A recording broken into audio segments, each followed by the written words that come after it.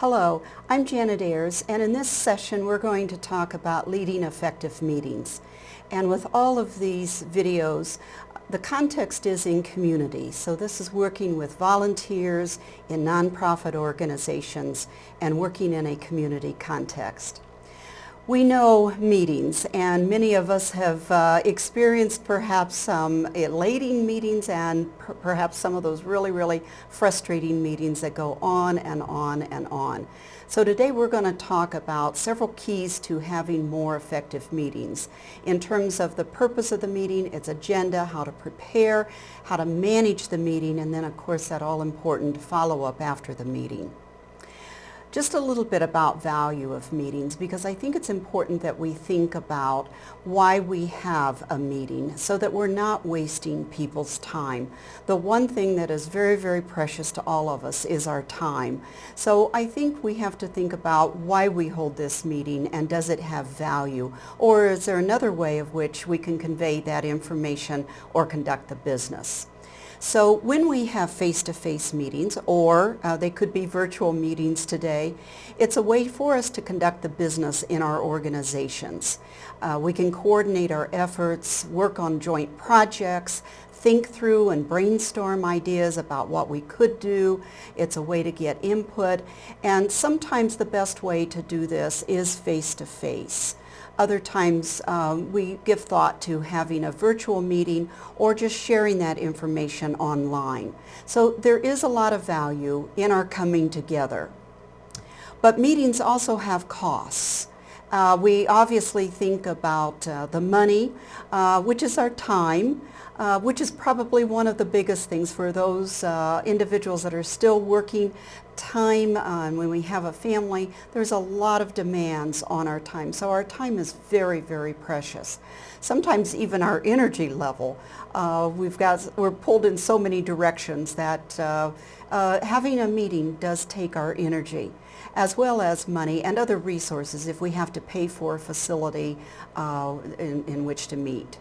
So thinking about that meeting purpose, a leader of a meeting would think about what is the purpose of the meeting. At the end of the meeting, what do we want to have accomplished? Who needs to be at the meeting? And are there other ways to meet our objectives? So there's times when in answering those questions, we want to give serious thought to maybe we shouldn't have a meeting. And these are times when there are personnel issues to deal with. If you're in an organization that has a staff member, maybe a meeting isn't the best way to handle the issue. Subject matter might be confidential, or if we aren't prepared, we don't have the data or the information that we need to be able to conduct our business, maybe it's best to hold off until we are prepared. And as I've said repeatedly, are there other methods that we can use to conduct our business? Sometimes the subject matter is trivial. We don't need to come together face to face, whether it's in person or whether it's virtual, because the subject matter is something that an individual can just go do. And if a decision has already been made, so it's not a good use of people's time to come together and talk about something if those in authority or others have already made a decision. Or if there's too much hostility.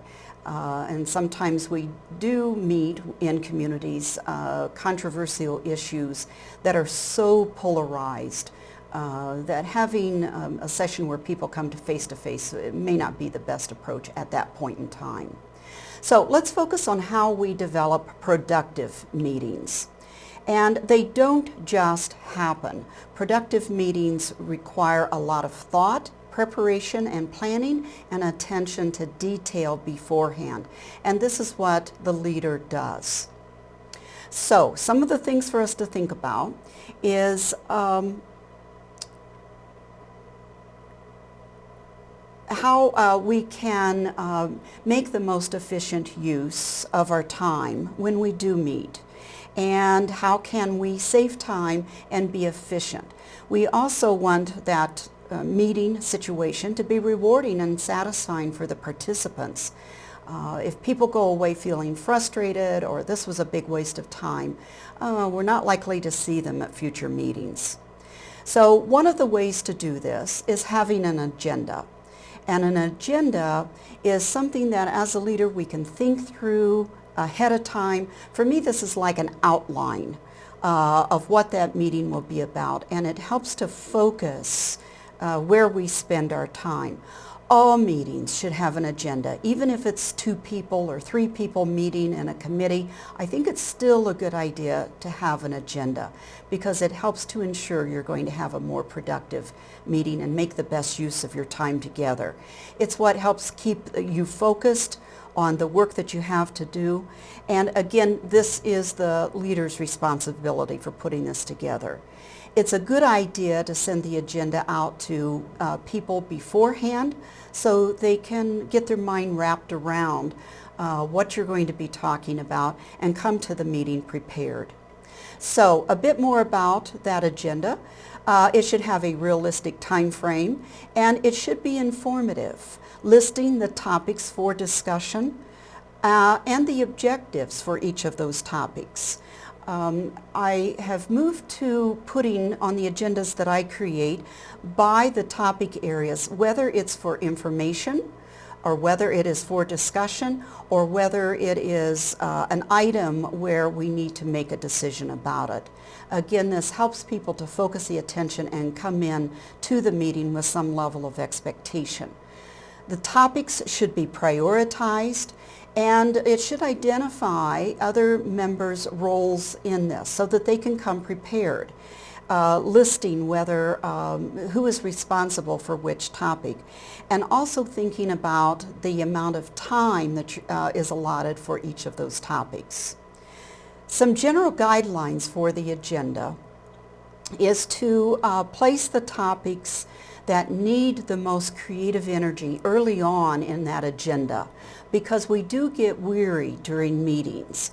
So those where we brainstorm, we need our creativity, put those at the top of the agenda. More divisive topics put in the center of the agenda. And if we know we're going to have a long meeting, and if this is the case, hopefully these are minimized, but occasionally we do need to have a long meeting, determine where breaks are going to be needed. So this is what a typical agenda format might look like. A call to order. If you're in a structured organization, in other words, a board meeting, you would have the approval of the minutes from the last meeting, report of the officers and the standing committees, reports from special committees, unfinished business that you need to deal with, the new business, and then conclude and wrap up the meeting and discuss the next meeting. As personally, at the end of the meeting, I like to talk about what the agenda will be for the next meeting and then adjourn. How do we prepare for meetings? Again, the leader of the group has responsibility for thinking about the physical setting and comfort. Can people hear? Will they be able to see one another? Also, the social environment that you're going to be in. Do you have refreshments? Are you going to need name tags? All of those sorts of details. Do you need equipment? Will people be showing PowerPoints? Thinking about all of that ahead of time. And I want to emphasize room arrangements because this really does affect group interactions. And to think about how the room is set up. And I'm emphasizing this because of a very bad experience I had one time walking into a community center, and they already had the tables lined up, I believe for a fish fry. And to rearrange the tables and chairs was going to take a lot of energy. And quite frankly, for me, it was at the end of a very long, stressful day. I personally just didn't have the energy to rearrange the tables and think about rearranging them then after the meeting. And so I left them as they were. And that was a huge mistake. About 12 of us in the meeting, and what I found was that two groups had formed, actually three groups. At one end of the table, they sort of had their own conversation going. At the other end of the table, another small group had broken off, and they had their own communication going. And in the center, we were trying to conduct business. It was extremely difficult. I knew that, but I didn't pay attention to it, and so I learned from it. So thinking about room arrangements is very, very important in terms of the type of meeting that you're having and the size of the group. And do you want to maximize interaction? Or if it's a large public meeting where you need to maintain control over the meeting, a forum perhaps talking about, for instance, planning and zoning, where you have a microphone and you want to maintain that control. That's a whole different type of a setup than you would have at a board meeting where you want it to be very interactive and everybody can participate. Try to minimize disruptions, background noise. Sometimes we meet in community centers that have these very old fans, and the sound just bounces off the walls where nobody can hear. Try to avoid those places for a meeting. You want to try to build unity in all meetings. And so to be able to hear and to see and to interact is always a very important consideration. So this is a room arrangement that's just perfect for a committee meeting or a board meeting. A sort of oval in shape, round would be even better. Sometimes in rural communities it's difficult to find facilities like this, so we have to make do. So we do the best we can, but if we can rearrange the tables and chairs, take the time to do it. This is the room arrangement that if you're presenting information and it's a one-way flow of information, such as in an educational setting where people need tables for maybe handout materials, this is a classroom setting and may be more appropriate. So think about those room arrangements. The meeting leader has a whole number of responsibilities in terms of preparing for the meeting, preparing that agenda and getting it sent out ahead of time, guiding or facilitating the meeting discussions, and if the group is making decisions, when and how those decisions are made. Keeping the focus on the agenda. In other words, let me emphasize, the meeting leader's responsibility is paying attention to the reason the group is meeting and facilitating to ensure that the meeting is efficient and effective. And one of the most valuable things that we have, again, is people's time. And it is the meeting leader's responsibility to facilitate the effectiveness of that meeting. So I'm going to talk here in just a moment about some facilitation tips. The communication that goes on before, during, and after that meeting, and following up after the meeting to ensure that things are done. Group members also have responsibilities for an effective meeting. It really is everyone's responsibility and to arrive on time and to be prepared, to be able to speak on topic. In other words, telling stories, funny stories, and so forth. We all like to socialize in our community meetings, myself included. This is one of the motivations and why I serve as a volunteer.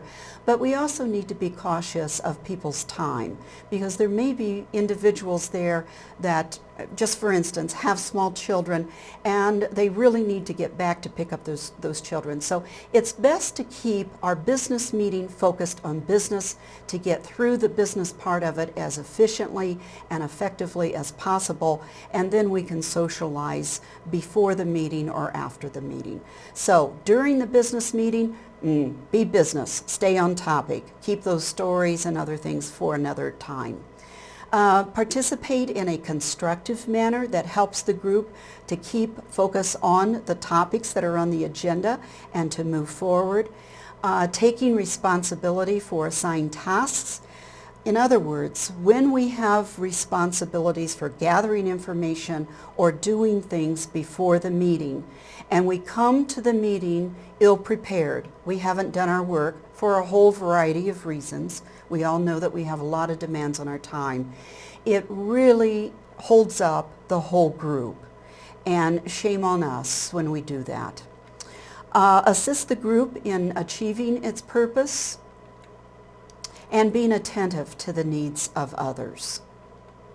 So, some facilitation tips that the leader can use, but also group members can use, is to occasionally summarize. So, when we have discussions around issues, particularly issues that may be rather complex, it's important to stop occasionally and say, well, let's see if I'm understanding this correctly. What we seem to be saying is, and then you can summarize what you've heard. That's a very, very helpful facilitation tip. And then you can say, do we need to discuss this more, or are we ready for a decision? Helping to connect the thoughts and ideas between people. So again, it's stopping occasionally and paraphrasing. So what I heard Nancy say was, and I also heard Mark say, so am I correct in assuming that we're talking about moving forward with doing whatever? So those connecting the thoughts and ideas is very helpful. Again, the leader can do this, but any member of the group can also do this. Requesting clarification on ideas that maybe are thrown out, but they don't go anywhere. And creating space on, Mary, you started to put forth an idea. I'd like to go back and could you clarify more about what you were thinking on that? Likewise, encouraging people that haven't spoken up to have time to think. Some of the best thoughts come from those individuals that haven't been speaking, but they've been sitting there mentally processing. And oftentimes in meetings, we need to give them space to be able to speak. So we could say, Jim, you haven't spoken for a while. I'd like to hear your thoughts. Knowing when to move on to the next agenda item. And this is the leader's responsibility. Has this topic been discussed enough? Because quite frankly, let's face it, in many of these meetings, we beat a dead horse over and over and over, to use an old saying. We go around and around and around. So knowing when an item has been discussed enough that people have processed it and they're either ready to make a decision or move on to the next agenda item. So this requires attentive listening and perhaps asking the question, have we discussed this item enough? Are we ready to move on in the agenda? And members of the group will tell you. Let me go back. Restating a problem or a disagreement, because it is expected that we will disagree. If we're not disagreeing in groups, then we're probably not getting enough diverse views on an issue. So disagreement is a part of what a group does, and to get different perspectives. But it's also a point at which we need to work through on some of these issues to gain clarity and how we move it forward. And this is a leader's facilitation responsibility in terms of restating the issue, knowing how to separate out the issue from the emotion or the frustration that people may be showing. I'm going to sidestep here for just a moment. We problem solve issues and we use problem solving skills on issues. We use empathy on emotions. We can't problem solve emotions.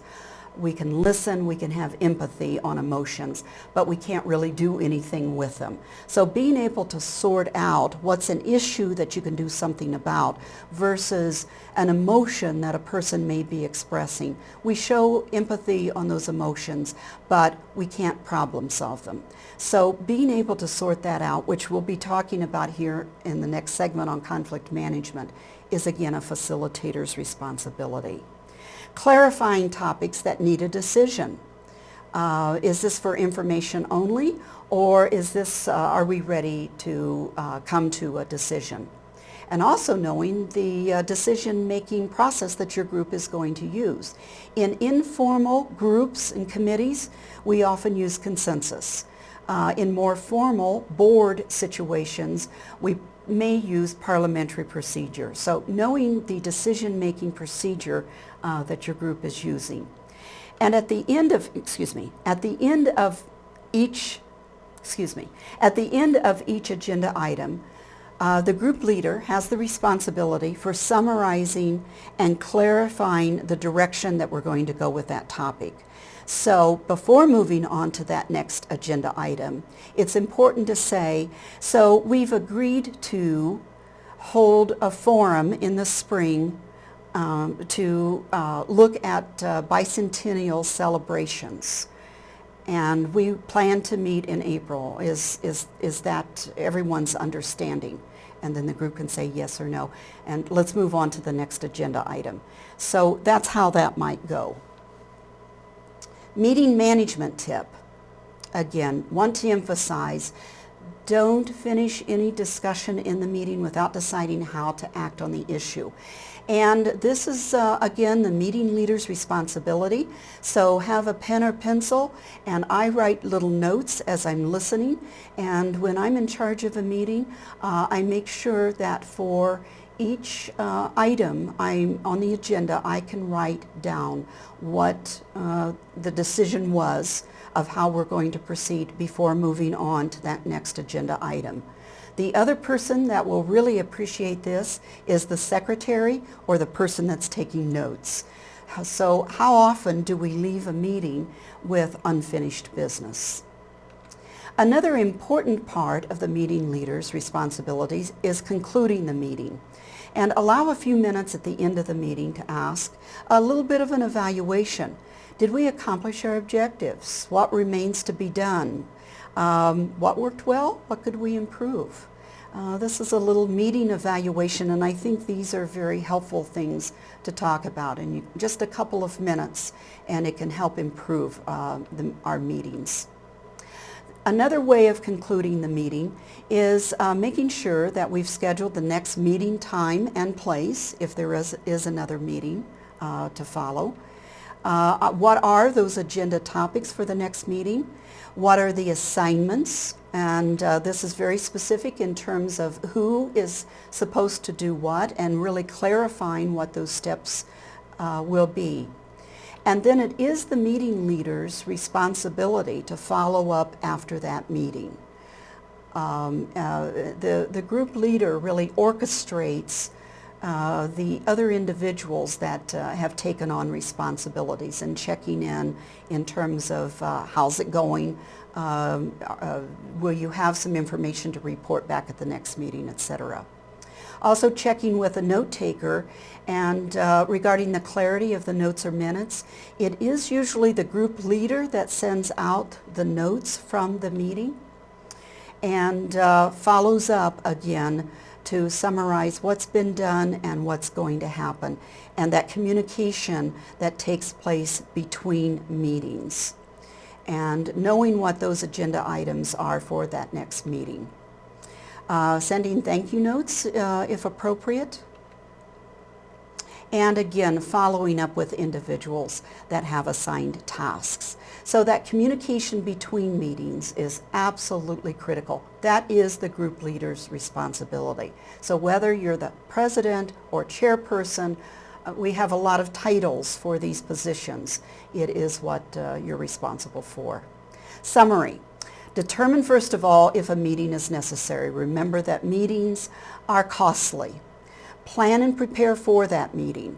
Establish a clear purpose and what you hope to achieve at the end of the meeting. What's the outcomes that you want? Develop a realistic agenda and prioritize those items with a timeline. Communicate clearly and frequently with other people who will be involved in the meeting so that they come into the meeting with expectations. They have communication between meetings so that they are clear about who is doing what and they know what to expect for the next meeting. Facilitate and manage the meeting during the meeting. And don't be hesitant to ask questions to move the group forward. Remember, it is the group leader's responsibility to make the most efficient and effective use of people's time at the meeting, and follow up. So, several resources that I have used for this session. There are other good resources online about meeting management that I would refer you to. And don't hesitate to contact me if you have any questions. Thank you very much.